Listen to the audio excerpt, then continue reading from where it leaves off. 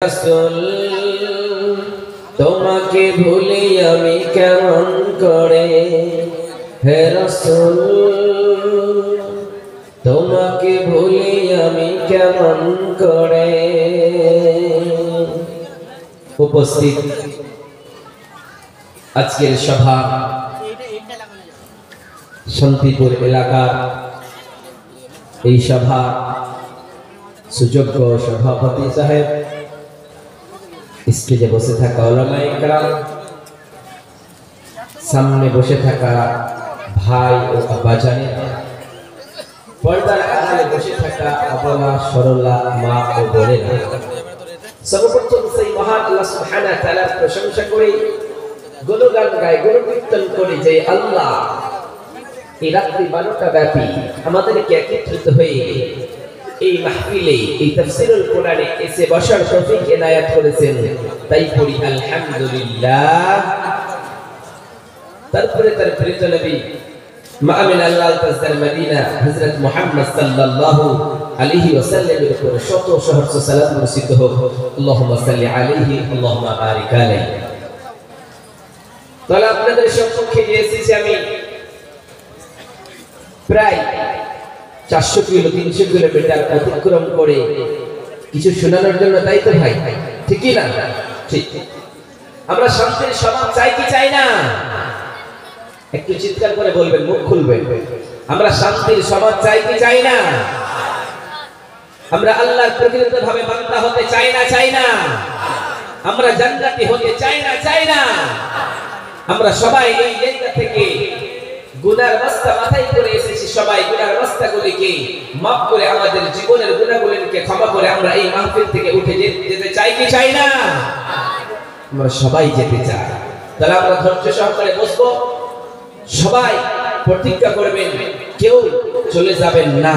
এই কোরআনের মাহফিলে যারা বসে, আমাদের নবী দয়ার নবী মায়ের নবী বলেছে, কেউ যদি এই মাহফিলে এসে বসে আর কোরআনের কথা শুনে, তাহলে আল্লাহ সুবহানাহু ওয়া তাআলা সেই লোকটার উপরে আল্লাহ দয়া ও করুণা নাযিল করে। তাহলে আপনারা সবাই কোরআন এবং হাদিসের কথা শুনেন, সুন্দরভাবে বসে আছেন। শান্তিপুর এলাকার মানুষকে আজকে দেখে আমার গর্বিত, কারণ কত সুন্দরভাবে বসে আছে, কেউ হেলাগড়া করে না এবং আওয়াজ করবেন না কেউ। এবং মা বোনদেরকে বারবার বলছি, আপনারা ওইদিকে চিৎকার করবেন না, চিৎকার করলে অজে ডিস্টার্ব হবে। আপনারা ভালোভাবে এসে বসে যান, এগিয়ে এগিয়ে বসুন। আর দাদারা, আপনারা যারা দাঁড়িয়ে আছেন জায়গা থাকলে বসে যান। আপনারা যারা দাঁড়িয়ে আছেন বাবা, একটু ভিতরে এসে বসে যান, কারণ দাঁড়িয়ে দাঁড়িয়ে শোনা আমাদের মুসলমানদের এটা অভ্যাস হয়ে যেতে পারে না। তাহলে আমি কি আয়াত বলছিলাম? পবিত্র কোরআন আল কারীম থেকে যে আয়াত পরিবেশন করেছি, সেই আয়াতকে কেন্দ্রবিন্দু করে আমার বক্তব্য, আমার এই বিষয়কে ফুটিয়ে উঠাবো। আমার তাওফীক ইল্লা বিল্লাহ। তাহলে প্রথম নাম্বার, মুমিন কারে বলবেন? আপনি যাকে তাকে মুমিন বলতে পারবেন না। আপনি মুমিন যাকে বলবেন, লম্বা টুপি দেখলে তাকে মুমিন বলা যাবে? যাবে না। লম্বা পাঞ্জাবি পরলে তাকে মুমিন বলা যাবে? যাবে না। ওই জন্য রব্বুল আলামিন বলে, দুনিয়ার মানুষেরা রে, তোমরা একজনকে লম্বা পাঞ্জাবি পরতে দেখবা, লম্বা টুপি পরে লম্বা লম্বা জিনিস পরে দাঁড়িয়ে রেখে রাস্তায় ঘুরবে, সেই লোকটাকে দেখে কখনোই মুমিন বলানো যাবে না। সেই লোকটাকে মুমিন আপনি কেন বলবেন? মুমিন বলার কোয়ালিটি তার ভিতরে যদি থাকে, রব্বুল আলামিন বলেছেন, তার ভিতরে যদি নয়খানা কোয়ালিটি থাকে, নয়খানা গুণ থাকে, তাহলে এটাকে মুমিন বলা যাবে। সেই বান্দাকে কখনোই মুমিন বলানো যাবে না। ঠিক কিনা বলো ভাই? চিৎকার করবেন না। মুমিন আপনি তাকে তাকে বলতে পারবেন না। পবিত্র কোরআন আল কারীমে যেই বিষয়ে যে লোকগুলির কথা বলেছে, সেই লোকগুলিকেই মুমিন বলা যাবে। ওই জন্য রব্বুল আলামিন বলে, দুনিয়ার মানুষেরা রে, মুমিনের প্রথম গুণ তাইবুন। মুমিনরা সদা সর্বদা তাওবায় লুটিয়ে পড়বে। মুমিন কখনো গুনার বস্তা মাথায় লইয়া রাস্তায় বের হতে পারে না, মৃত্যুবরণ করতে পারে না। ওই জন্য রব্বুল আলামিন বললেন, মুমিনের 9খানা গুণ রয়েছে। ওই 9খানা গুণে যদি কেউ গুণান্বিত হতে পারে তাহলে বিশ্ব নবী আল্লাহ ডাক দিয়ে বললেন, নবী আপনি আমার উম্মত, আপনার বান্দা বান্দীদেরকে আপনি বলে দেন 9খানা গুণ যদি তার ভিতরে থাকে, 9খানা কোয়ালিটি যদি থেকে যায় তাহলে অবশ্যই মুমিনিন, ওই মুমিনদেরকে আপনি সুসংবাদ দিয়ে দেন রে নবী, তারা যাবে জান্নাতে, তারা ছাড়া কেউ জান্নাতে যেতে পারে না।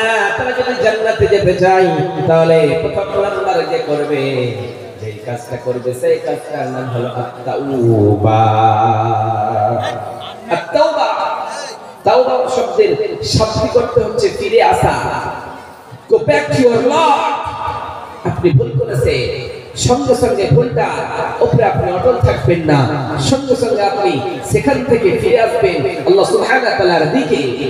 রব্বুল আলামিন, দুনিয়ার মানুষেরা, তুমি যদি একটা গাড়িতে চলে যাও, সেই গাড়িটা কলকাতা যাবে, ওই কলকাতার গাড়িতে আপনি চেপেছেন, আপনাকে রাস্তায় বলা হলো এই গাড়ি কলকাতায় যাবে না, আপনি বুঝতে পারলেন এই গাড়িটা আর কলকাতা যাবে না, সঙ্গে সঙ্গে আপনি গাড়ি থেকে যদি নেমে যান তাহলে আপনি কলকাতা পৌঁছাতে পারবেন না।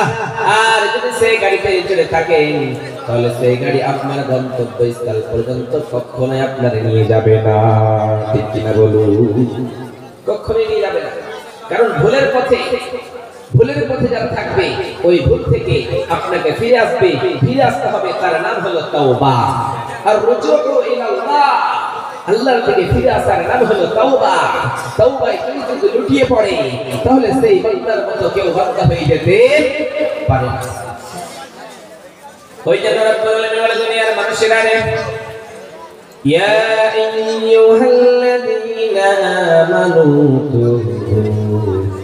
ইলাল্লাহি তাওবাতান নাসুহা।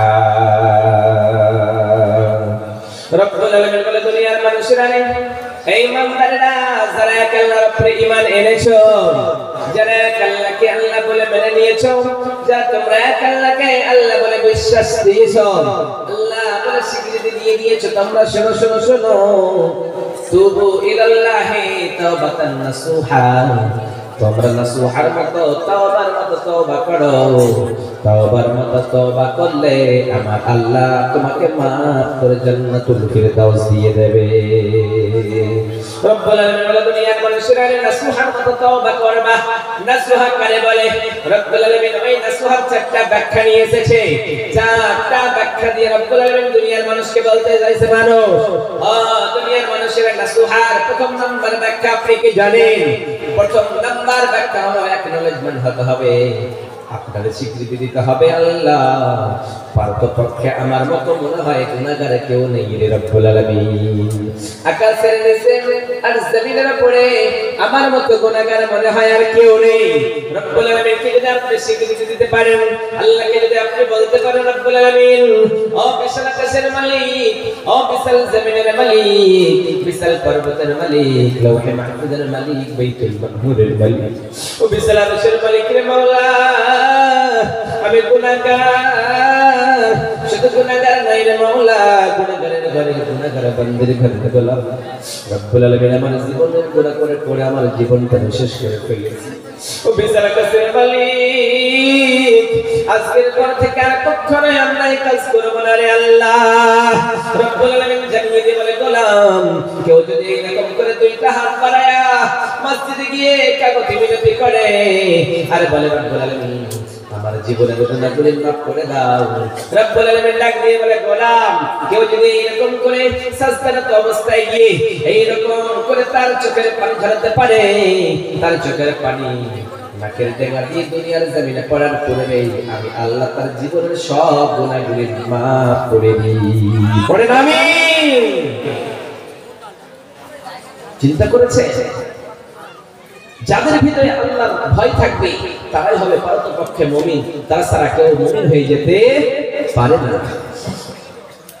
যাদের হৃদয়ে আছে আল্লাহর ভয় তারা কবু পথ ভুলে যায় না। আল্লাহর প্রেম ছাড়া এই দুনিয়ায় কারো কাছে কোনো কিছু চায় না, কারো কাছে কোনো কিছু চায় না। যাদের হৃদয়ে আছে আল্লাহর ভয় তারা কভু পথ ভুলে যায় না। আল্লাহর প্রেম ছাড়া এই দুনিয়ায় কারো কাছে কোনো কিছু চায় না, কারো কাছে কোনো কিছু চায় না। রাতের আধারে যারা সিজদাতে রয়, দু চোখের অশ্রুতে নদী যেন বয়। রাতের আধারে যারা সিজদাতে রয়, দু চোখের অশ্রুতে নদী যেন বয়। ছলনার হাতছানি যতই আসো, ছলনার হাতছানি যতই ডাকো, পিছনে ফিরেও সে তাকায় না। যাদের হৃদয়ে আছে আল্লাহর ভয় তারা কভু পথ ভুলে যায় না। আল্লাহর প্রেম ছাড়া এই দুনিয়ায় কারো কাছে কোনো কিছু চায় না, কারো কাছে কোনো কিছু চায় না। যাদের ভিতরে আল্লাহর ভয় থাকবে তারা কোনো কারো কাছে চাইবে না, একমাত্র আল্লাহর কাছেই চাইবে। ওই যে রব্বুল আলামিন বলে, দুনিয়ার মানুষেরা আমি আল্লাহ যার চাই ছেলে দিই, আমি আল্লাহ তার একটাও মেয়ে দেই না, একেবারে ছেলে দিই। আবার আমি আল্লাহ যার চাই শুধুমাত্র মেয়ে দিয়ে একটাও ছেলে দেই না। আবার রব্বুল আলামিন বলে, দুনিয়ার মানুষেরা আমি আল্লাহ যার চাই ছেলেও দিই আবার মেয়েও দিই। আবার রব্বুল আলামিন বলে, দুনিয়ার মানুষেরা আমি আল্লাহ যার চাই ছেলেও দেই না আবার মেয়েও দেই না, একেবারে বান্দা করে রেখে দিই। ইন্নাল্লাহ আলা কুল্লি শাইইন কাদির, আল্লাহ ছাড়া কেউ তার ক্ষমতাবান হয়ে যেতে পারে না। ঠিক কিনা বলুন? আল্লাহ ছাড়া কেউ ক্ষমতাবান হতে পারে না। ওই জন্য তাওবা, তাওবার চারটা ব্যাখ্যা নিয়ে আসা হয়েছে। প্রথম নাম্বার অ্যাকনলেজমেন্ট হতে হবে। দ্বিতীয় নাম্বার রব্বুল আলামিন বলেন নাদাম, আপনাকে লজ্জিত হতে হবে। রব্বুল আলামিনকে বলতে হবে, ও বিশাল কাসের মালিক, ও বিশাল জমিনের মালিক, আমাকে এরকম গুনাহ থেকে আজকে ঘিরে নিতে হয়েছে। আজকের পর থেকে জিনার মতো জঘন্য পাপ আমি করব না, জিনার কাছাকাছিও যাব না, জিনা কখনোই করব না রে আল্লাহ। তিন নম্বরে রব্বুল আলামিন বলেন, ওই গুনাহ থেকে দূরে থাকতে হবে। আপনি যে জিনা করেছেন সারা জীবন, ওই জিনা থেকে আপনি যদি দূরে থাকতে পারেন, কখনোই আল্লাহকে বলবেন, আল্লাহ আজকের পর থেকে আমি আর কখনোই জিনার মতো জঘন্য পাপে লিপ্ত হয়ে যাব না। রব্বুল আলামিন বলেন, তোমরা যদি এরকম করে শর্তগুলো পালন করো। তিন নম্বর, চার নম্বরে আল্লাহ বললেন, ও গোলাম তোমরা শুনে রাখো, শুনে রাখো, চার নম্বর শর্ত হলো তোমাদের ভিতরে যদি হুকুকুল ইবাদ থেকে যায়, হুকুকুল ইবাদ যদি থাকে, তাহলে আপনি কখনোই পূর্ণাঙ্গ মুমিন হয়ে যেতে পারবেন না। রব্বুল আলামিন বলে, দুনিয়ার মানুষেরা তোমরা যদি বান্দার হক নষ্ট করে দাও তাহলে আমি আল্লাহ মাফ করতে পারবো না। আর তোমরা যদি আমি আল্লাহর হক নষ্ট করো তাহলে কাল কিয়ামতের কটা মুসলিম করতে চাই না, যেই দিন তুমি বিপদে পড়ে যাবা আমি আল্লাহ দয়া করে তোমাদের জান্নাতুল ফিরদাউস দিয়ে দেব রে গোলাম।